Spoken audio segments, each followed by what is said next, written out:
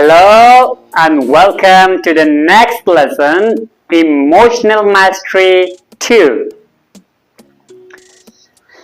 So in Emotional Mastery 1, we learned about changing our physiology, changing our bodies to change our emotions.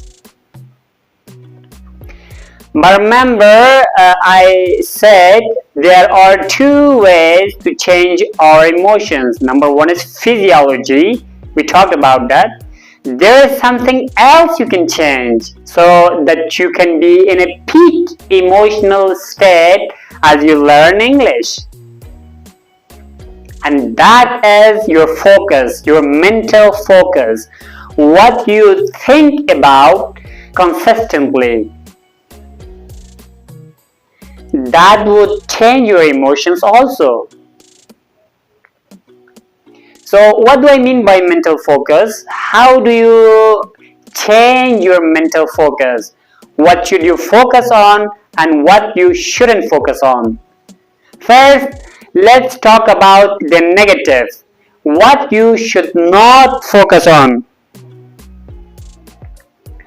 Try to remember when you were in schools or in language learning centers in your English classes, what did you focus on when you were in language learning centers? What did you think about, worried about consistently, frequently, again and again? Well, probably tests, right?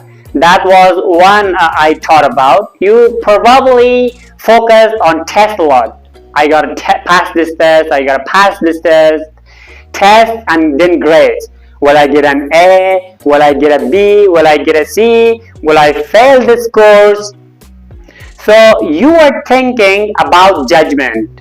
The other people judging you, the teachers judging you, getting a grade, getting a score. How did you feel about that?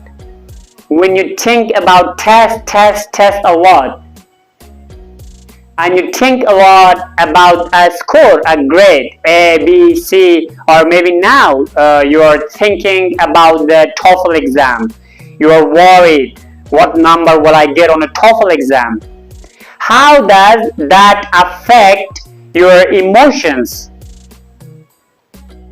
Do you feel more relaxed or more stressful? Well, most people feel stressful, of course. The more you think about judgment, the more you think about a test score, the more nervous you become, the more worried you become. And that's not good. You actually learn more slowly when you are worried. You will learn more slowly when you are nervous, when you have anxiety. Again, I will talk about Stephen Krashen, our favorite researcher. Anxiety is a major part of his research. It is the single number one most negative factor in language acquisition, in language learning. Anxiety means worry or stressed.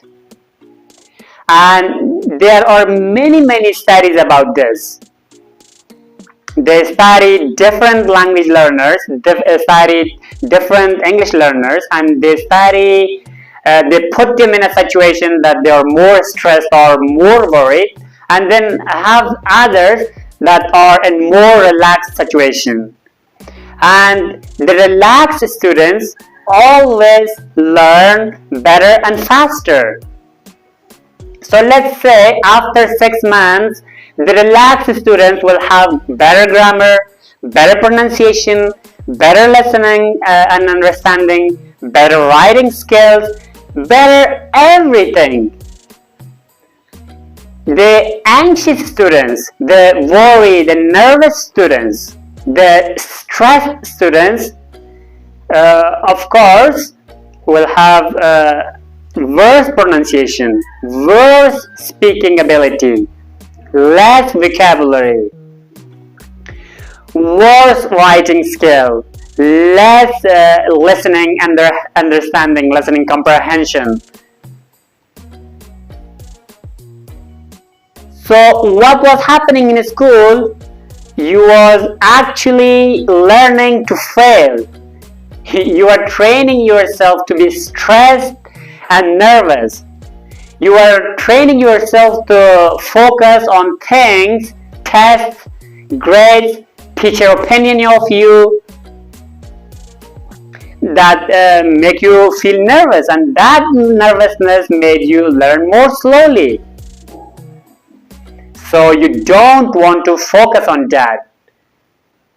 Something else you don't want to focus on, you don't want to focus on every small step to reach your goal. And your goal is to speak excellent English, to feel strong and confident when you speak English. And that's a great goal. But what happens if you focus on everything you must do to reach your goal? For example, you think, oh God, to become a great speaker, it means I gotta study every day. I've gotta learn 3,000 vocabulary words. I've gotta listen to 2,000 or 3,000 hours of English. How does that make you feel? Probably nervous, probably stressed, right? You think, oh my God, it's too much. So you don't want to focus on little individual steps because it's going to seem huge, because it's going to seem big, and it's going to kill your motivation. What else do you not want to focus on? Problems. So many students focus on problems. In my classes in Afghanistan, they come to me and tell me, teacher, my pronunciation is bad, I make grammar mistake. Well, of course you do. You're a student, you are learning. It's normal. You are going to make mistakes. You are going to have problems sometimes. You are going to have mistake with your pronunciation. I do. I'm an English teacher. I make mistake all the time. It's a normal thing. You cannot focus on. If you focus on these little problems, if you focus on these negative steps, if you focus on mistakes, if you focus on problems, your emotions become weaker and weaker. You will actually get worse. So you just need to relax about this. Everybody is human. Everybody makes mistake. It's a normal thing. Finally, you don't want to focus on the past. Most of my students have very negative experiences with English from the past. Most of these students did not enjoy their English classes in school or maybe language center. When I ask about their past with English, they, oh, it was terrible. Students tell me, I'm not good at English. I was always bad in my English classes. I've studied for 6 years, 8 years, 10 years. Still, I cannot speak English very well. They focus on the past. Well, the past is not the same as the present. The past doesn't equal the future, as Tony Robbins likes to say. And it's true. In the past, you used very old tradition methods that made you feel bad. Sitting in a class, still not moving, right? Being graded and tested constantly, studying boring grammar textbooks. In my point of view, that's not a successful method for most students. Some of them maybe succeed, but not, but a little, but few of them. And now you are learning differently. You are learning with English time. Don't focus on the past. Okay, let's talk about you should focus on. If you want to be happy, if you want to be excited, if you want to learn very quickly, effortlessly, faster than before, what should you focus on? What should you think about constantly all the time? Well, number one, you are not going to focus on the little steps. Instead, focus on the end result, the final result. That's what would you need to focus on. Focus on your ultimate success. So, in other words, use your imagination and imagine yourself speaking English fluently, effortlessly, quickly. Imagine yourself smiling as you speak English with a native speaker. Imagine yourself feeling strong and confident as you speak English, easily, effortlessly. Every day, focus on this thought. The end result. What will you ultimately reach, ultimately achieve?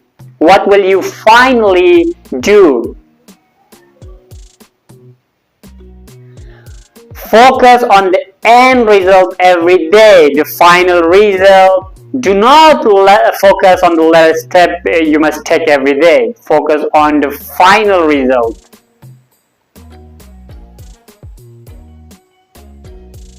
Second, focus on the purpose and the reason you are learning English. I mean, why?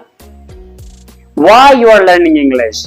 If your purpose is to take the TOEFL exam, you are going to be stressed and depressed.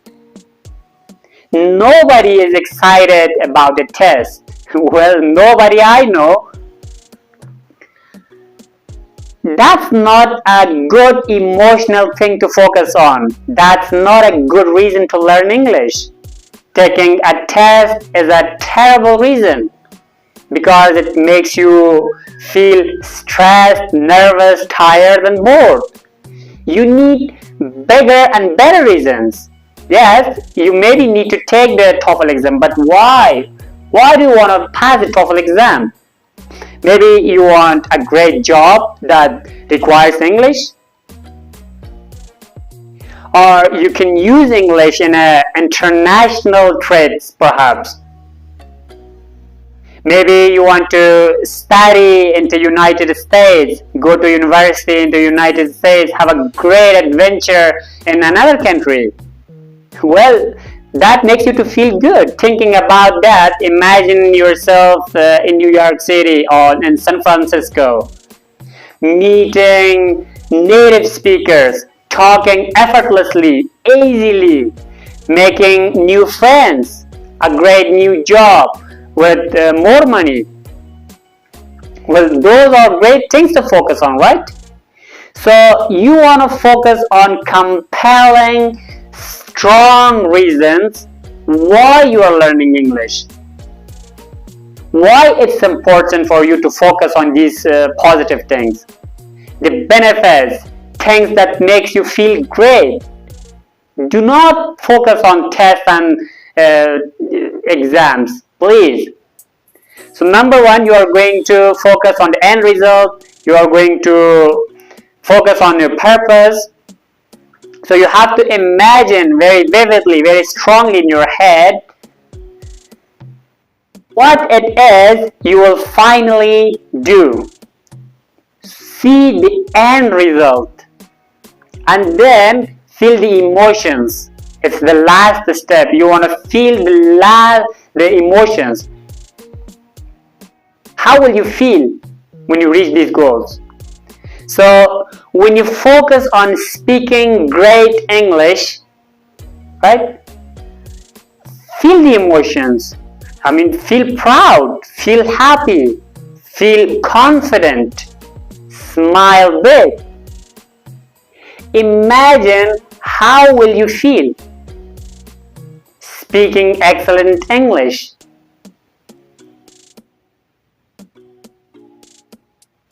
So, okay, let's review very quickly about focus. The main thing about focus is very simple. You are going to focus on the end result, the final result. You want to focus on the thing that makes you feel great, the situation, the benefits, all the great things that will improve in your life by speaking excellent English. That's what you need to focus on every day. Write it down. Write down, make a list of all the great things that will happen in your life when you speak excellent English. New friends maybe a great new travel experiences, maybe living or working abroad, maybe a better job. I don't know. You have to make your own list, but make a big list. Write down all the great things that will happen in your life, and then every day focus on those, review those every day. Teach your brain to focus on these positive, inspiring things, not on the negative things, not on the problems, not on the past, not on the test, not on the grades. So, okay, that's it for this main speech on Emotional Mastery 2, Focus. Next lesson is vocabulary, and then we will have the mini story. And do not forget that after every main lesson there will be a vocabulary lesson to empower and understand the meaning of the words that I used in the main lesson. So that's all for today. If you are new to our channel, so subscribe to our channel and press the bell icon and be aware and get a notification as I upload a new video. So take care. I'll see you soon. Bye bye.